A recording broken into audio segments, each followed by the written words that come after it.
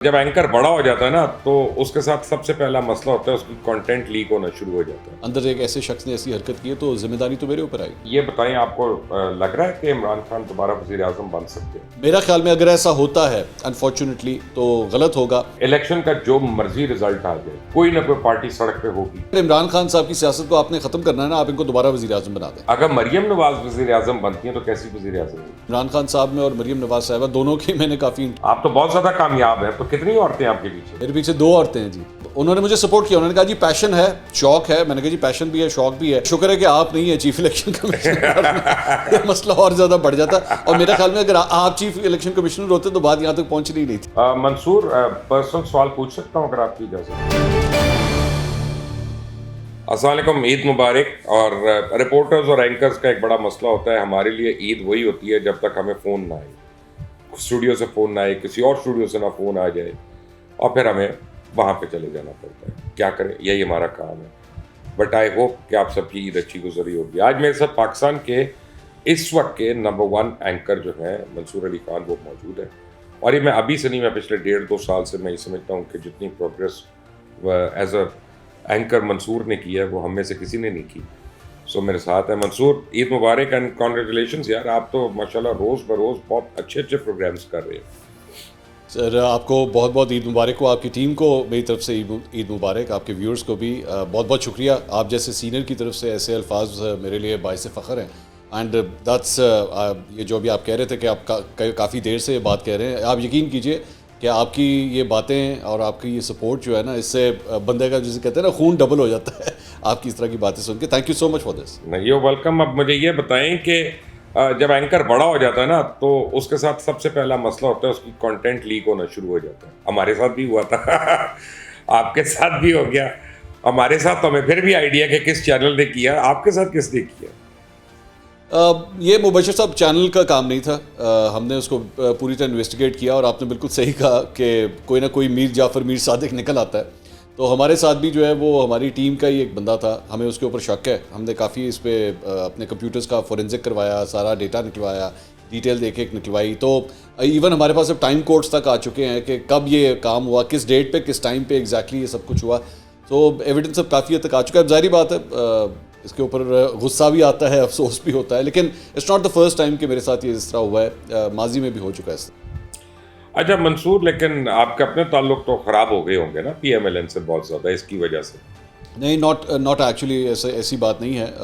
मरियम नवाज साहिबा से जब ये हुआ था तो मेरी उसके बाद थोड़ी देर के अंदर, मेरे ख्याल में शायद अगले 10-15 मिनट में मेरी फ़ोन के ऊपर बात हुई थी। और उन्होंने बिल्कुल कहा, उन्होंने कहा मुझे पूरी तरह पता है कि आपकी तरफ से इस तरह की कोई हरकत नहीं हो सकती। और मरियम और ज़ेब से भी मेरी बात हुई, सबसे हुई। एंड ऐसी कोई बात नहीं है, बिकॉज एक आप जिस तरह आपको और मुझे, हम सबको ये पूरी इंडस्ट्री बड़े सालों से जानती है, तो दे न्यू कि इस किस्म की हरकत कम से कम मेरी तरफ से नहीं हो सकती। लेकिन ऑब्वियसली मैं ये नहीं कहूँगा कि मैं बरी ज़िम्मा हूँ, जिम्मेदारी मेरे कंधों पे आती है। मेरी टीम के अंदर एक ऐसे शख्स ने ऐसी हरकत की है तो जिम्मेदारी तो मेरे ऊपर आई। ठीक है, चलें आगे चलें। मुझे बताएं, अब जिम्मेदारी तो चीफ जस्टिस के ऊपर भी बहुत है। उन्होंने 27 को अब हियरिंग करनी है, जो ईद से पहले उन्होंने केस बंद किया था। 27 को आपके ख्याल में क्या हो रहा है? मेरे ख्याल में मैं इसको एक डिफरेंट एंगल से देख रहा हूँ। मुझे तो अब इसमें एक आप इसको ग्लास हाफ फुल या ग्लास हाफ एम्प्टी वाली वो जो मिसाल है ना, वो मेरे ख्याल में यहाँ पे फिट होती है कि इस तरह लग रहा है जैसे PDM की इस गवर्नमेंट को जो है वो फोर्स फीड किया जा रहा है कि जनाब आप बैठें, आप इमरान खान साहब के साथ बैठें और बैठ के करें मुज़ाकरात। और बिलावल भुट्टो ने और मौलाना फजल रहमान ने जिस तरह ईद से पहले एक प्रेस कॉन्फ्रेंस की और उसमें उन्होंने कहा कि जी इस तरह नहीं हो सकता, आप हमें फोर्स नहीं कर सकते कि एक शख्स जो है हम उसकी शराइत के ऊपर बैठ जाएं टेबल टॉक के लिए। सो मेरे ख्याल में PDM शायद खुद भी अब ये देख रही है कि अगर हमें सियासी शहादत की तरफ जाना पड़े तो बेशक चले जाएं, लेकिन इस तरह ज़ोर ज़बरदस्ती के साथ ये काम नहीं चल सकता आगे। नहीं, लेकिन आप मुझे ये बताएं कि क्या चीफ जस्टिस को बैकआउट करना पड़ेगा, PDM को बैकआउट करना पड़ेगा, हुकूमत को क्या होगा? मेरा ख्याल में चीफ जस्टिस की ये कोशिश यही है कि किसी तरह कोई बीच का हल जो है वो निकाला जाए, because I think he has realised कि ये नहीं हो रहा। ये मेरे ऑर्डर्स के कहने के बावजूद ये सिस्टम जो है वो मेरी बात नहीं मान रहा। तो उनकी भी ये कोशिश है कि सबकी ही किसी तरह फेस सेविंग हो जाए, इमरान खान साहब को भी फेस सेविंग मिल जाए, PDM भी जो है वो किसी तरह खुश हो जाए। But I think it's a very difficult job. और मैंने, आपका मुझसे ज़्यादा एक्सपीरियंस है, मैंने माजी के अंदर कभी भी इस किस्म की मिसालें नहीं देखी कि जिसके अंदर अगर एक कॉन्स्टिट्यूशनल इशू आ गया है तो दोनों साइड्स को ये कहा जाए कि जी आप बैठे टेबल के ऊपर और आप बैठ के रिजॉल्व करें, आप ब्लैक एंड वाइट करके फैसला कीजिए। अगर गलती हो रही है, तौहीन अदालत हो रही है, सज़ा दीजिए शहबाज शरीफ को, और अगर नहीं हो रही तो फिर डेट को ले जाएं आगे जो डेट होनी चाहिए। लेकिन आई एम सॉरी, मुझे ये ज़्यादा ये जो प्रोसेस चल रहा है पंचायती प्रोसेस, मैं कुछ ज़्यादा इससे इम्प्रेस नहीं हूँ। अगर हमारे यहाँ कोई कैरेक्टर होता ना, या फ़र्ज़ करें तो रिएक्शंस डिफरेंट होते हैं। मैं अगर इलेक्शन कमीशनर ऑफ पाकिस्तान होता तो मैं पूरी अपने शोबे के साथ जितने भी मेरे लोग हैं वहाँ पे, मैं उन सब के साथ सुप्रीम कोर्ट जाके रिज़ाइन करता कि जाओ उन चला लो, हमारा कॉन्स्टिट्यूशनल राइट तुमने तलफ किया, जो कि किया सुप्रीम कोर्ट ने यहाँ पे। मेरा ख्याल में वो तो इस वक्त और भी बहुत बड़ा एक तूफान जो है वो बर्पा हो जाता अगर ऐसी बात होती तो। बल्कि मैं तो ये कहूँगा उन्होंने किया है, उन्होंने इलेक्शन कमीशन के ऊपर शेड्यूल दे दिया which supreme court can not give. नहीं, वो मैं वही कह रहा हूँ ना, शुक्र है कि आप नहीं है चीफ इलेक्शन कमिश्नर मसला और ज़्यादा बढ़ जाता। और मेरा ख्याल में अगर आप चीफ इलेक्शन कमिश्नर होते तो बात यहाँ तक पहुँचनी नहीं थी। तो मेरा ख्याल में इससे पहले रिजॉल्व हो जाना था इशू। अब मुझे ये बताएं कि आगे क्या लग रहा है आपको, क्या ये मसला ख़त्म हो जाएगा कि आपके ख्याल में सींग फंस रहे हैं? देखिए, मैं आपको ईद से 1-2 दिन पहले तक की जो मेरे पास आखिरी खबर थी ना, वो आवाज़ जो इस्लामाबाद की हवाओं में आ रही थी, वो तो जुलाई अगस्त की कोई कहानी की बात हो रही थी कि इसके ऊपर सेटलमेंट हो सकती है। अच्छा, ये बाय द वे मैं ये भी एक बात जो मेरी सोर्सेज से कंफर्म कर सकता हूँ मैं, वो ये है कि ये जो सुप्रीम कोर्ट में ईद से 1-2 दिन पहले जो कुछ भी हमने एक्टिविटीज़ देखी है ना, मेरी इत्तला के मुताबिक ये जो मुज़ाकरात का अमल है, ये तकरीबन 2-2.5-3 हफ्ते पहले शुरू हो चुका हुआ था। गैर रस्मी तौर पे आपस में राब्ते स्टार्ट हो चुके हुए थे, इवन यहाँ पे सुप्रीम कोर्ट के अंदर आने से पहले ही। और मैं तो मुस्लिम लीग नून की साइड से उन साहब को भी जानता हूँ जो कि एक्चुअली इस सारे प्रोसेस को लीड कर रहे थे। तो on the face of it, television screens के ऊपर, प्रेस कॉन्फ्रेंसों के अंदर और सुप्रीम कोर्ट के अंदर एक पब्लिक पोस्चरिंग मेरे ख्याल में चाहे जो मर्जी हो, लेकिन बिहाइंड द सीन्स बहुत कुछ हो रहा है जो इस वक्त पब्लिक की निगाह से दूर है, और बंद कमरों के अंदर ही बैठ के जो है वो फैसले हो रहे हैं जिसके बारे में, और ना बेचारे पाकिस्तान तहरीक इंसाफ के फॉलोअर्स को पता चलता है, ना नून लीग के फॉलोअर्स को पता लगता है कि इनके लीडर्स एक्चुअली अंदर कमरों में बैठ के इनके हवाले से क्या फ़ैसले कर रहे हैं। लेकिन ऑब्वियसली वक्त बता देगा कि मुझे नहीं लगता, मैं अभी भी ये समझता हूँ कि 14 मई को जो है वो जो इलेक्शंस की डेट है, इवन दो चीफ जस्टिस ने कहा भी था, लेकिन मुझे नहीं लगता कि 14 मई को इलेक्शंस होंगे। अब मुझे ये बताएं, आपको लग रहा है कि इमरान खान दोबारा वज़ीर आज़म बन सकते हैं? अगर पॉपुलैरिटी वेव की बात की जाए पीटीआई की पंजाब के अंदर, मैं स्पेसिफिकली अभी सिर्फ पंजाब के अंदर की बात कर रहा हूँ, तो उसको देखते हुए तो वाकई लगता है। पाकिस्तान की तारीख उठा के देखें तो यही कहा जाता है, पंजाब जो तख्त पंजाब जिसके पास होगा, पाकिस्तान का तख्त भी उसके पास होगा। उस फॉर्मूले से तो हाँ जी बिल्कुल लगता है। लेकिन अब ये नहीं पता कि इलेक्शन डे वाले दिन क्या होता है और इलेक्शन डे से एक हफ़्ता पहले या 10 दिन पहले यहाँ पे क्या होता है, क्योंकि अगर पिछले सारे इलेक्शंस आप उठा के देखें 18 का, 13 का, 8 का, तो बहुत कुछ हुआ है और उसकी वजह से बहुत से लोगों के रास्ते रोके गए हैं। इमरान खान साहब के रास्ते रोकने के लिए पूरा मवाद मौजूद है, पूरा नज़रिया ऐसा मौजूद है कि नहीं जी इनको वज़ीर आज़म नहीं बनने देना। मेरा ख्याल में अगर ऐसा होता है अनफॉर्चुनेटली तो गलत होगा। अगर जो भी अवाम की राय है वो जिसको मर्जी इलेक्ट करें।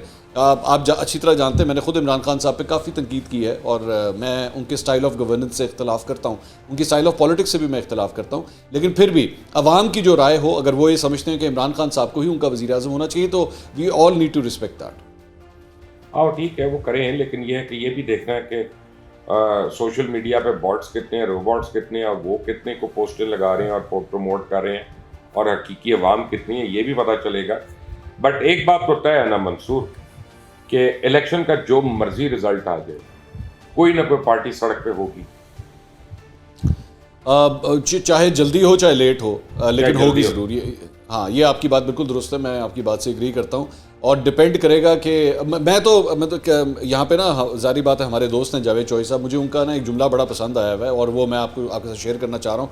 उन्होंने कहा कि अगर इमरान खान साहब की सियासत को आपने ख़त्म करना है ना, आप इनको दोबारा वज़ीर आज़म बना दें, आप इनको दोबारा वज़ीर आज़म बना दें और उसके बाद आप देखिए कि ये क्या होता है, इकॉनमी के साथ क्या होता है, मुल्क के साथ। 2018 के कंपैरिजन में 2023 जो है वो बहुत मुख्तलिफ है। और जब उस वक्त पूरा का पूरा निज़ाम इमरान खान साहब को सपोर्ट कर रहा था तो उनसे तब ये मुल्क नहीं चला था।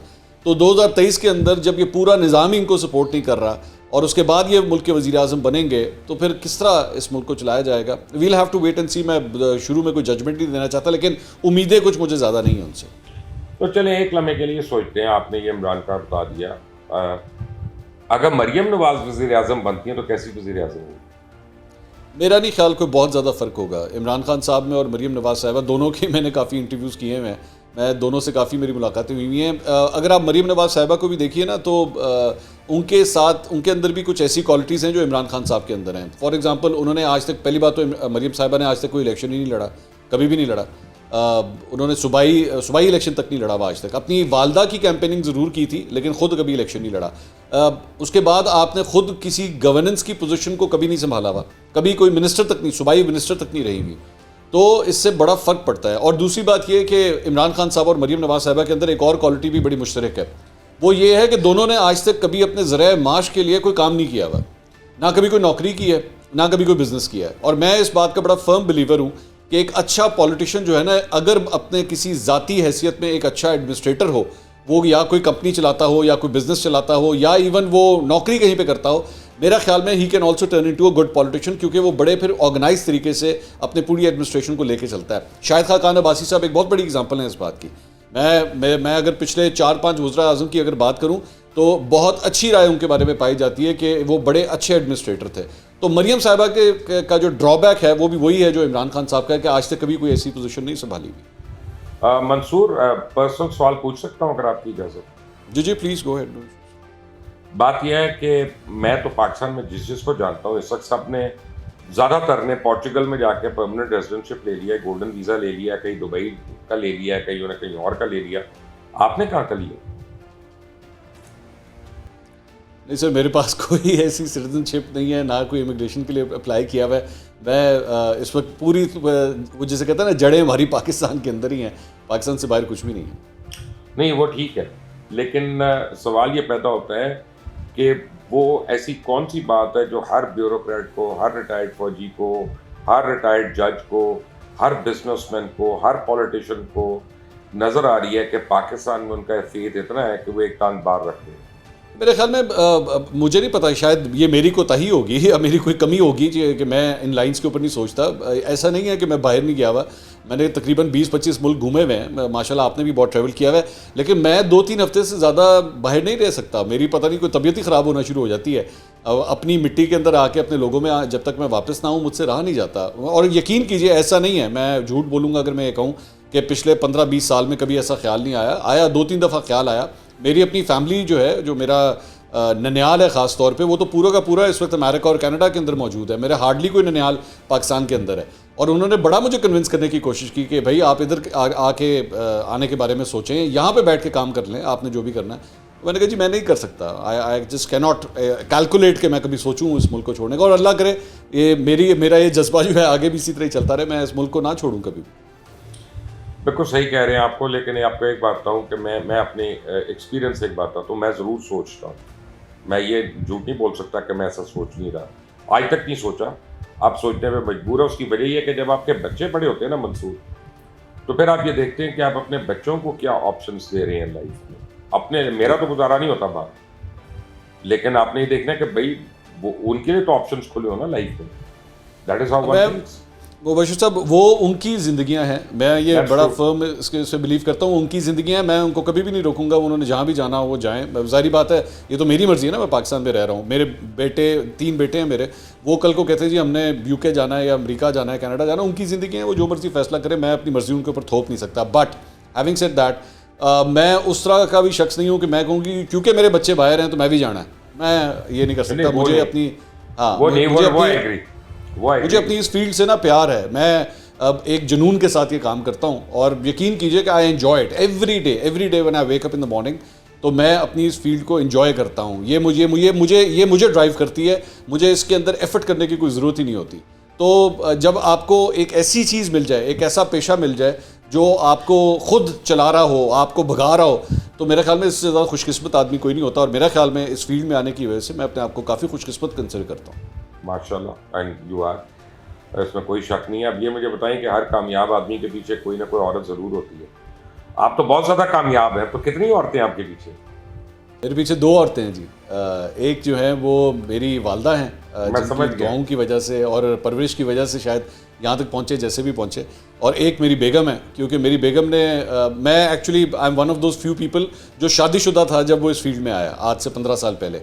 तो हम लोग, हमारा वैसे ताल्लुक बिजनेसमैन फैमिली से है। मैं शायद By अपनी the पूरी way- फैमिली में, जी जी, मैं भी शादीशुदा था।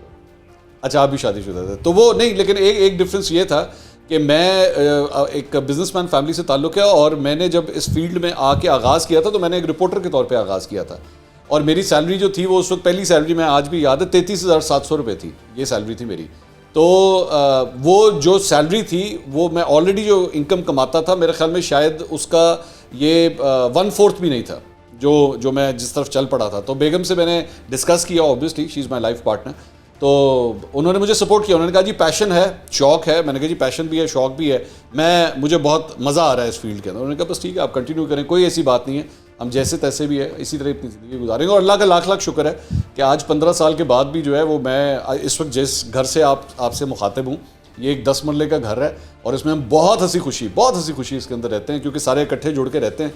इससे बढ़ के और क्या हो सकता है। बिल्कुल लकी बात है, लेकिन अल्लाह करे कि आपकी तरह बाकी पाकिस्तान भी मिलजुल कर और जुड़ के रहे। हम सिंधी, पंजाबी, बलोची, पश्तून, कश्मीरी, इन ज़ातों में जो हम बटे हुए हैं, ये हमारा कितना बड़ा अलमी है, और ये कितनी बदकिस्मती है हमारी। आप सही कह रहे हैं। और मैं आपको ये बताऊं कि इसमें भी मेरी शायद खुशकिस्मती है कि मेरी वालदा का ताल्लुक ना एक्चुअली बलूचिस्तान से है। बहुत कम लोग ये बात जानते हैं।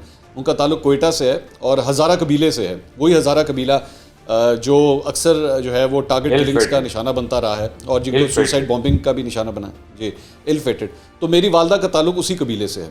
तो मैंने अपनी ज़िंदगी का बहुत सा अपना बचपना जो है वो मैंने कोयटा के अंदर गुजारा है। तो I am one of the, और फादर का मेरा ताल्लुक जो है वो लाहौर से है, पंजाब से। तो और मैंने अपने करियर में तकरीबन 8 साल मैंने कराची में गुजारे। जब मैं इससे पहले जियो में था और मैं ARY में था, तो मैं 8 साल मैंने तकरीबन कराची में गुजारे। फिर इस्लामाबाद में भी रहने का। तो मैंने ना इस मुल्क के एक एक कोने को जो है ना जाके खुद ब्रीद किया है, उसमें अपनी ज़िंदगी गुजारी है, उन लोगों के साथ अपने आप को कनेक्ट किया है। और मैं जब भी जहाँ जाता हूँ, मैंने एक चीज़ बड़ा मेरा पुख्ता यकीन है, चाहे जो मर्जी कर लें, आप यकीन कीजिए कि जब इस मुल्क के ऊपर आफत आती है, ये पता नहीं किस मिट्टी के बने ये लोग हैं, जब कभी आफत आती है ये खुद ब खुद ऐसे जुड़ जाते हैं, ये सारी चीज़ें आपस में भूल जाते हैं। आप इसकी छोटी सी एग्जांपल एक क्रिकेट मैच देख लें, जहाँ पे एक पाकिस्तान का झंडा परफॉर्म करना शुरू करता है ना, ये आपस में भूल जाते हैं पठान कौन है, पंजाबी कौन है, सिंधी कौन है, बलोची कौन है, ये सारे एक ही रंग में आके खड़े हो जाते हैं। कुछ नहीं हो सकता। मुझे ना बड़ी कोफ्त होती है उन लोगों से जो मुल्क के बारे में कहते हैं कि जी इसके टुकड़े हो जाएंगे, इसको कुछ हो जाएगा। कुछ नहीं हो सकता। ये ऐसी कौम है, ये जुनूनी पागल कौम है। ये इनमें से कभी भी कोई ऐसी कोशिश करेगा ना, ये उसको रगड़ के रख देंगे। जुनून का आलम तो ये है कि अगर हम इंडिया से जीत गए और बाकी पूरा वर्ल्ड कप हार गए, लोग कहते हैं सानू वर्ल्ड कप मिल गया, सानू मिल गया। मैं वही कह रहा हूँ ना, सब जुनूनी लोग हैं, अजीब साइकी है इनकी। ये वहां पे वर्ल्ड कप में जाके 8 मैच खेल लें, उसमें से 7 हार जाएं, एक इंडिया को जिता के आ जाए, कहते हैं भाईजान साढ़े पैसे पूरे हो गए ना, आ जाओ ताड़ी मारो। तो ये अजीब लोग हैं। चले Mansoor, have a very nice Eid and the rest of the Eid with your family and your loved ones, and thank you very much for joining us today. Sir, it was an honour talking to you. Thank you so much for inviting me. Thank you so much. सुन रहे थे मंसूर अली खान की बातें। इस वक्त summer television पे अपना show करते हैं और अपना वीलॉग भी करते हैं। इनको ज़रूर फॉलो करिएगा, बहुत ही अच्छा इन्वेस्टिगेटिव काम कर रहे हैं। आप सबको ईद मुबारक। अंटिल नेक्स्ट टाइम, अल्लाह।